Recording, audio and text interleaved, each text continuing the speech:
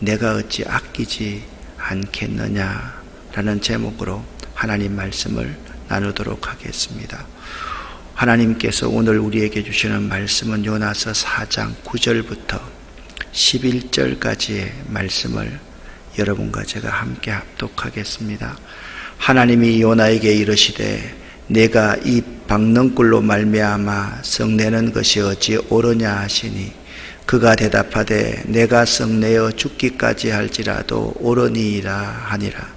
여호와께서 이르시되 네가 수고도 아니하였고 재배도 아니하였고 하룻밤에 났다가 하룻밤에 말라버린 이 박능굴을 아꼈거든. 하물며 이 큰 성읍 니느웨에는 좌우를 분별하지 못하는 자가 12만여 명이요 가축도 많이 있나니 내가 어찌 아끼지 아니하겠느냐 하시니라. 아멘. 하나님이 요나에게 이렇게 묻습니다. 내가 그렇게 성내는 것이 과연 옳으냐 합당하냐? 이 하나님의 물으심 안에는 너도 나도 나에게 참으로 많은 것을 용서받지 아니하였느냐? 그럼에도 불구하고 저들이 너처럼 용서받는 것을 왜 그리 못마땅하게 여기느냐라는 물음도 포함되어 있습니다. 그때 요나는 이렇게 대답합니다. 내가 죽기까지 할지라도 합당합니다. 이것이 요나의 모습입니다. 드디어 요나는 성읍에 나가서 그 성읍 동쪽에 앉아 거기서 자기를 위하여 초막을 짓고 그 성읍에 무슨 일이 일어나는가 보려고 그늘 아래 떡 앉아 있습니다. 이 요나에게 하나님께서는 은혜를 베푸셔서 박능굴을 예비하사 요나를 가리게 하셨으니 이는 그의 머리를 위하여 그늘이 지게 하여서 그 괴로움을 면하게 하시려는 하나님의 사랑이 포함되어 있었습니다. 요나가 순간 그 박능굴로 말미암아 크게 기뻐하였다라고 말씀하고 있습니다.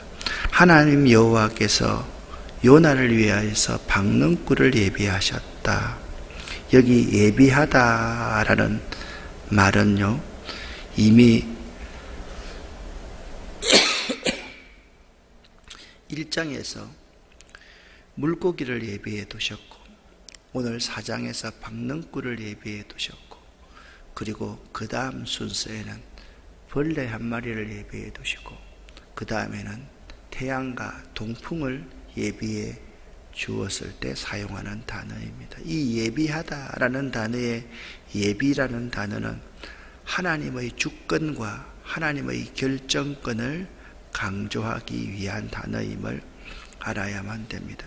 요나는요, 겨우 하루의 기쁨을 위해서 살아가는 하루살이 인생이고 하나님은 요나에게 영원한 기쁨을 주시기를 원하시는 분이셨습니다. 요나는 자기중심적인 우리 인간들의 표상입니다. 그런데 하나님은 온 세상, 온 누리를 다스리는 하나님이십니다. 하나님께서는 우리들을 위하여 항상 예비하시는 분이십니다. 어제 우리 찬송했지 않습니까? 주께서 내 길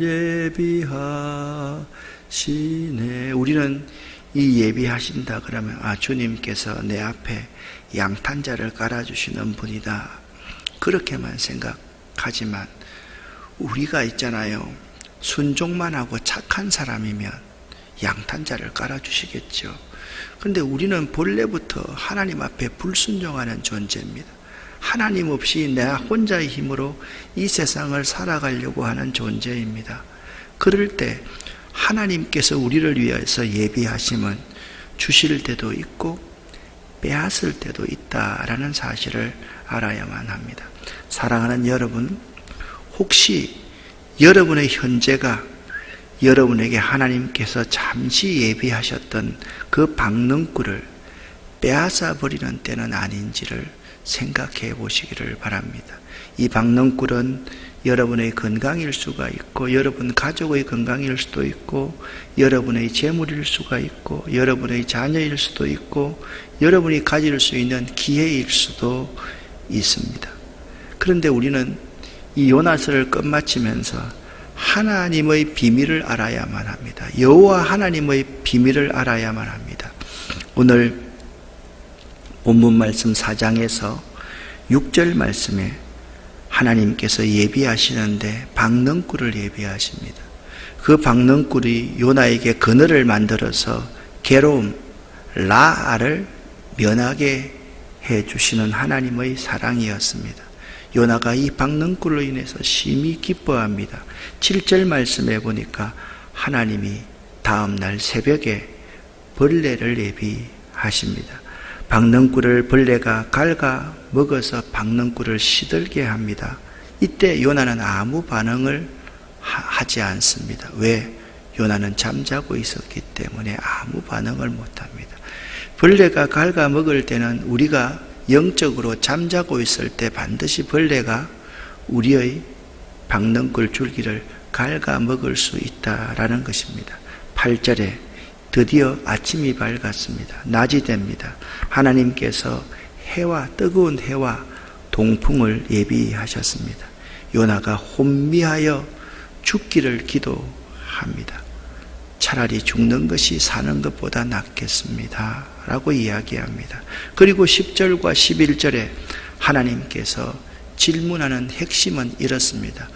요나, 너는 박능꿀을 사랑하고 나는 사람의 생명, 니느의 주민들을 아낀다. 하나님께서 그렇게 말씀하고 있습니다. 요나는 잠깐 있다 사라질 박능꿀을 아끼고 하나님은 구원이 필요한 니느의 주민들을 아끼십니다. 즉 하나님의 예비하심은 하나님의 비밀을 알리기 위한 하나님의 계획이었습니다. 하나님은 온 세상과 온 누리를 사랑하시고 모든 사람을 다 사랑하시는 분입니다. 하나님은 나만 사랑하시는 분이 아니라 너와 우리 모두를 다 사랑하시는 분이라는 사실을 요나에게 깨우치기 위함이었습니다. 이제 요나서를 마치면서 요나서 마지막 장 4장 7절부터 11절이 주는 메시지를 여러분과 제가 한번 생각해 보겠습니다. 지금 요나는 니느의 동쪽에 나가서 지금 텐트 하나를 치고 니느가 어떻게 멸망하려는가를 보고 있는 중입니다. 그때 하나님이 요나 위에다가 박능꿀까지 더 예비하셔서 요나는 생각할 때 완벽하게 지켜볼 수 있다라고 생각할 그쯤에 하나님이 벌레를 예비하사 이튿날 새벽에 요나가 잠자고 있을 때 그 박능꿀을 갉아먹게 하시니 박능꿀이 시들었다라고 7절에 말씀하고 있습니다. 해가 돋을 때 하나님께서는 뜨거운 동풍을 예비하셨고 요나는 그때 불평하고 죽었으면 좋겠습니다 라고 말하기 시작합니다. 벌레를 예비하시고 그 박능꿀을 말라버리게 하시는 하나님은 어떤 분이실까요? 우리는 이렇게 말을 합니다. 하나님, 줄 때는 언제고 빼앗아 갈 때는 언제입니까? 그렇게 말을 합니다. 그런데 요나의 모습을 가만히 한번 보십시오. 요나에게 줄 때가 요나가 잘했을 때 요나에게 주었습니까? 여러분과 저에게 하나님이 축복해 주었을 때 여러분과 제가 정말 잘해서 하나님이 축복해 주셨습니까? 아니면 가장 심술궂고 가장 못할 때 하나님이 주셨습니까? 어느 때였습니까? 여러분과 제가 정말 잘해서 이러한 축복을 주시는 줄 아십니까? 아닙니다. 심술이 더덕더덕 붙어가지고 하나님 마음과 반해서 다시스로 도망할 때 하나님은 물고기를 예비해 주셨고 심술이 더 많이 붙어서 하나님 은혜도 다 잊어버리고 저놈들 죽는 것 봐야 되겠다라고 생각할 때 하나님은 요나에게 박능꿀을 주셨다. 이 하나님이 나쁜 하나님입니까? 얼마나 좋으신 하나님입니까? 그래서 이 하나님을 이해할 수 있어야만 됩니다. 주실 때 나는 더욱더 교만해지면 안 됩니다. 빼앗아 가실 때 하나님이 왜 빼앗아 가시는지 그것을 우리는 분명히 알아야만 됩니다. 그걸 모르는 사람은 정말 어리석은 사람이죠. 특별히 이 동풍이라는 것은 시르코라는 동풍인데요, 지중해 연안으로 불어오는 열풍으로 이 동풍 때에 기온이 급상승하여서 밤에도 열대 현상이 심하게 나타나고, 이 동풍은 습기를 없애버리기에 이 바람이 사람의 피부에 당기는 듯한 느낌을 갖게 한답니다. 이때는 사람들의 불쾌지수가 너무 높아져서 아무리 온순한 사람이라도 까다로워지고 신경질적으로 변하여서 아무 이유 없이 서로 싸우고 서로 찌르고 온갖 초목은 메말라 버리게 하는 것이 동풍이랍니다. 하나님이 요나에게 묻습니다. 네가 이 박는 꿀로 말미암아 썩내는 것이 어찌 옳으냐? 자, 이 정도 되면 보통 사람 같으면 하나님 잘못했습니다, 이렇게 말해야지 옳습니다. 그런데 요나 한번 보십시오. 당돌합니다. 하나님과 맞짱 뜨자고 합니다. 아니, 맞짱 뜨는 정도가 아니라 하나님을 모욕하는 말을 합니다. 내가 썩내어 죽기까지 할지라도 옳으니이다. 죽을 때 살려달라고 큰 소리치고 그냥 뒹굴뒹굴 구를 때는 언제였습니까? 그런데 살고 나니까 썩내어 죽기까지 할지라도 자기가 옳다는 거예요. 지금 하나님이 옳습니까? 요나가 옳습니까? 하나님이 사랑입니까? 요나가 정말 잘 살아가고 있는 것입니까? 하나님은 이런 일련의 과정을 다 거친 후에 요나에게 하나님의 뜻을 이해할 수 있도록 이렇게 유도하십니다. 10절 말씀입니다. 같이 읽어보겠습니다. 여호와께서 이르시되 내가 수고도 아니하였고 재배도 아니하였고 하룻밤에 났다가 하룻밤에 말라버린 이 박는 꿀을 아꼈거든. 아멘. 우리의 모습이 사실 그렇지 않습니까? 우리가 정말 귀하게 생각하고 있는 물질이 있다고 칩시다. 내 건강 잃으면 이 물질 뭐가 필요합니까? 우리가 정말 귀하게 생각하고 있는 가족이 있다고 칩시다. 내 건강 잃어버리면 이 가족 다 필요합니까? 그렇지 않지 않습니까?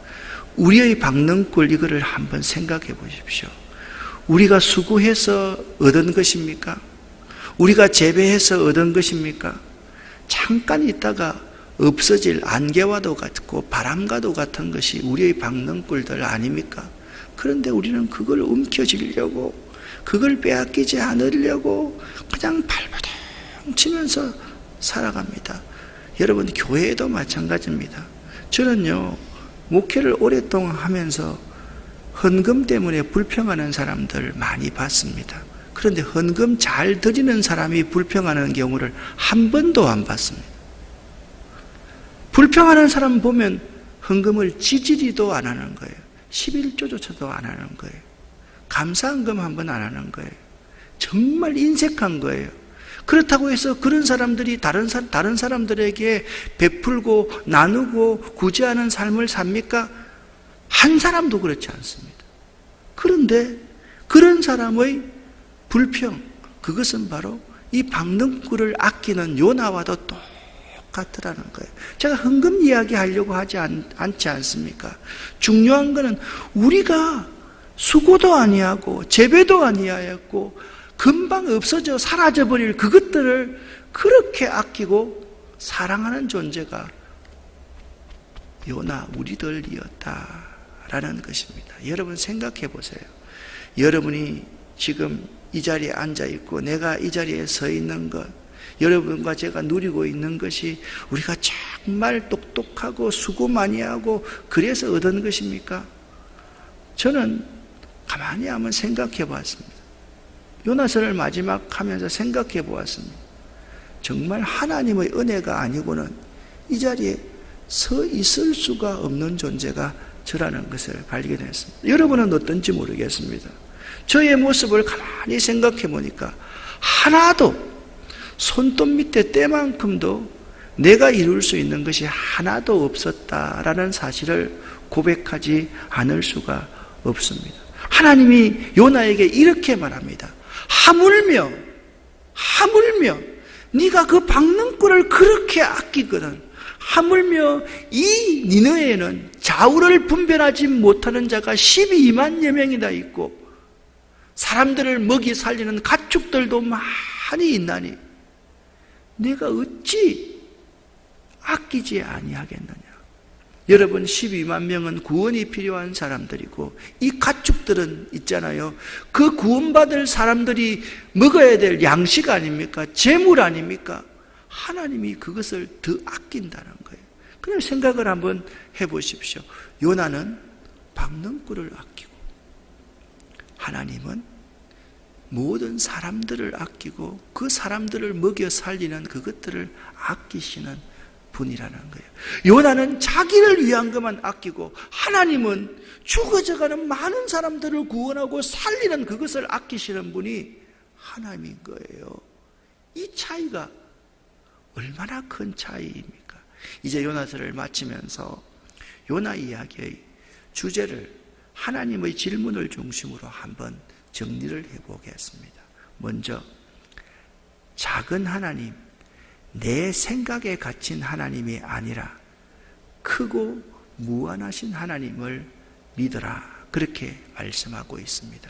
우리들의 삶도 니느웨와 같이 오만하고 사악한 세상 사람들에 둘러싸여져 있습니다. 세상을 보면 참 사악합니다. 우리들 주변 사람들을 보면 참 오만하고 교만한 사람들이 많이 있습니다. 그렇다고 해서 그 오만하고 사악한 세상과 사람들에게 아예 담을 쌓고 오직 나만을 위해서, 우리 믿는 사람들만 즐겁게 하기 위해서, 우리 가족만 즐겁게 하기 위해서 지내는 삶을 살아서는 되겠습니까, 여러분? 안 되지 않습니까? 또한 믿지 않는 저 사람이 영원한 멸망을 향해서 죽든 말든 가든 말든 상관없이 오직 나만 위해 주시기를 바라고 나만 생각하기를 바라는 삶을 계속 살아야만 되겠습니까? 우리가 믿는 하나님은요, 크고 넓으신 분이십니다. 여러분, 째째하게 하나님을 믿지 마십시다. 통 큰 하나님을 믿어야 돼요. 자꾸 우리는 하나님을 작은 하나님으로 축소시키고 하나님을 내 생각 가운데 가두어 버립니다. 하나님은 작은 하나님이 아닙니다. 하나님은 크신 하나님입니다. 하나님은 내 생각을 초월하고 또 초월하시는 하나님. 그래서 빌립보서 4장 6절 7절 말씀에 아무것도 염려하지 말고 오직 모든 일에 기도와 간구로 너의 구할 것을 감사함으로 하나님께 아뢰라. 그리하면 지각에 뛰어나신 하나님의 평강이, 하나님은 우리 생각을 초월하시는 분이다 라고 말씀하고 있습니다. 두 번째, 내 속으로 하나님을 끌어들이는 삶이 아니라 하나님이 계신 곳으로 내 인생의 방향을 바꾸고 살아가길 원하시는 하나님입니다. 요나는 어떤 사람이었습니까? 감정적 자기중심주의를 살았습니다. 자기 민족만 사랑하는 민족주의자였습니다. 그리고 선민의식에 사로잡혀서 하나님의 더 깊은 의도와 진리에 이르지 못한 사람이었습니다. 이 시대의 우리들도 똑같습니다. 개인주의와 기복신앙, 현실에 일어나는 나만을 위하는 기적만 숭배하는 사람이 혹시나 우리가 아닌지를 생각해 보시기를 바랍니다. 여러분, 내 문제 해결만을 위해서 하나님을 찾는 사람은 유혹에 빠져있는 사람입니다. 이러한 어그러진 신앙은 복음의 진정한 가치를 훼손시킵니다.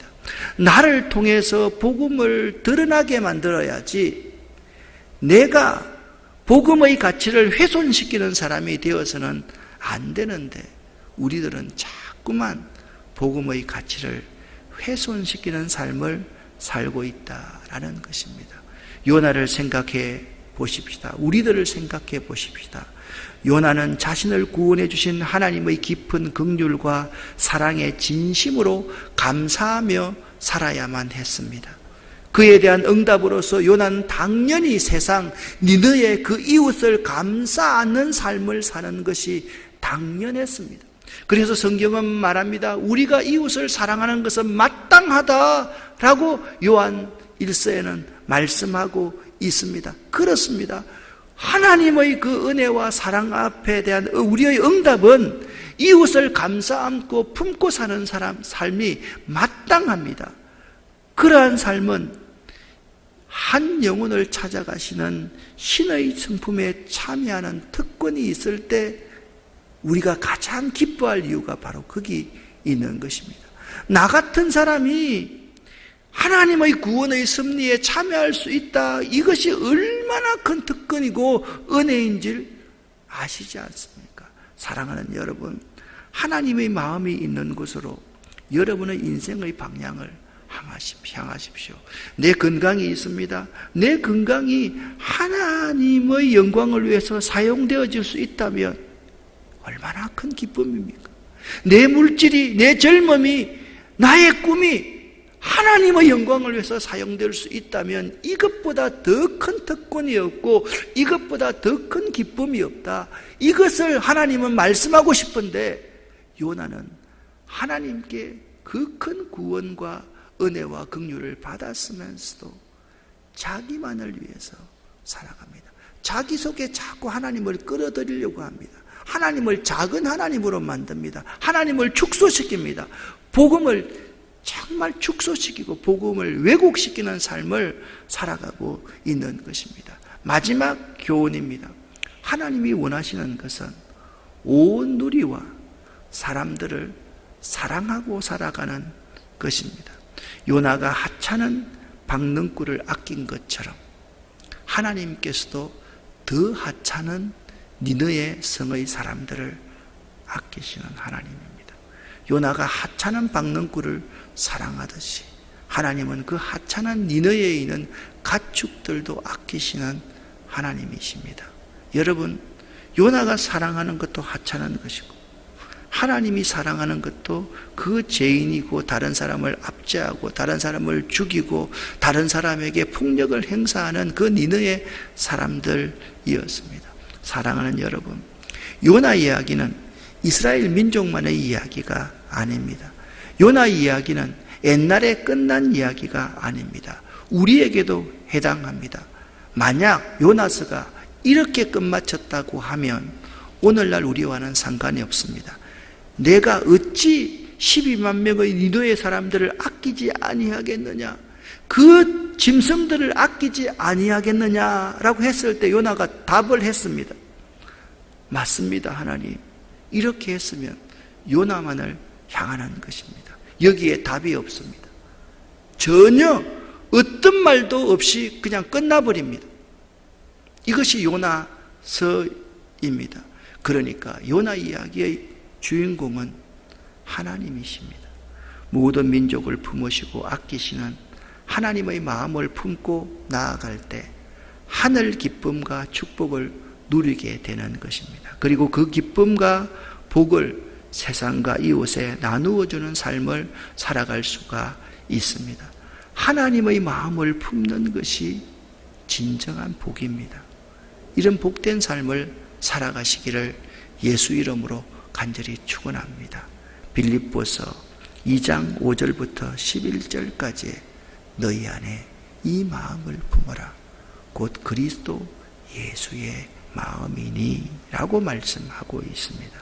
사랑하는 여러분, 하나님의 마음을 품는 삶, 그러한 삶을 사시기를 예수 이름으로 간절히 축원합니다. 이것은 나만을 위한 삶이 아닙니다. 나만 축복받았으면 좋겠다는 삶이 아닙니다. 공부해서 남주자, 돈 벌어서 남주자, 나 하나를 불살라서 이 민족과 조국과 이 통일을 위해서 헌신하고 봉사하는 삶을 살자. 모든 미워하는 사람 없이 다 끌어안을 수 있는 그러한 삶을 살자. 이것이 하나님의 마음이라는 것 꼭 기억하시기를 바랍니다. 말씀을 끝마치면서 여러분 김숙희 집사님을 위해서 기도해 주십시오. 여러분, 내 가족이고 내 아내고 내 남편이라고 생각한다면 정말 절절하게 기도하지 않겠습니까? 신상희 성도님, 내 딸이다, 내 동료라고 생각하고 한번 기도해 주시기를 부탁을 드립니다. 생명을 걸고 기도해 주시기를 부탁을 드립니다. 이 말씀만 더 드려야 되겠습니다. 저는 아빠라서 내 마음속에 아들을 품고 살아갑니다. 근데 막내가 지금 군에 가 있는데 제 아내는 그 아이 하루 일과를 다 외우고 있습니다. 꿰뚫고 있습니다. 이런 마음으로 아파하는 성도들, 힘든 성도들, 구원이 필요한 성도들을 우리가 생각할 수 있다라고 한다면 정말 우리의 기도가 하나님의 마음을 움직일 수 있을 거다라는 생각을 합니다. 이런 마음으로 살아가는 것이 하나님의 마음이다. 꼭 기억할 수 있기를 바랍니다. 기도하겠습니다. 감사의 물을 드린 분이 있습니다. 새롭게 하신 은혜를 감사드립니다. 예물 드린 손길에 하나님께서 복의 복을 내려 주시옵소서. 하나님, 특별히 우리 김숙희 집사님을 축복하여 주셔서 회복이 급속할 수 있도록 도와주시고, 또한 중환자실에 있는 우리 신상희 성도님의 열이 잡히고 열을 내는 그 원인을 찾아서 하나님 깨끗하게 치료하여 주시옵소서. 우리 모두에게 하나님, 내 가족처럼 내가 생명을 다하여서 기도할 수 있는 귀한 마음들을 허락하여 주시옵소서. 내가 요나였습니다. 나밖에 모르고 하룻밤에 있다가 시들어버릴 그 박능구를 사랑하며 살았던 자, 그것을 부여잡고 그것 때문에 불평하고 화내고 하나님께 대들었던 자가 바로 나임을 고백합니다. 하나님, 하나님의 마음을 품고 살아가는 저희들 되기를 원합니다. 예수 그리스도 이름으로 축복하고 간절히 기도 올립니다. 아멘.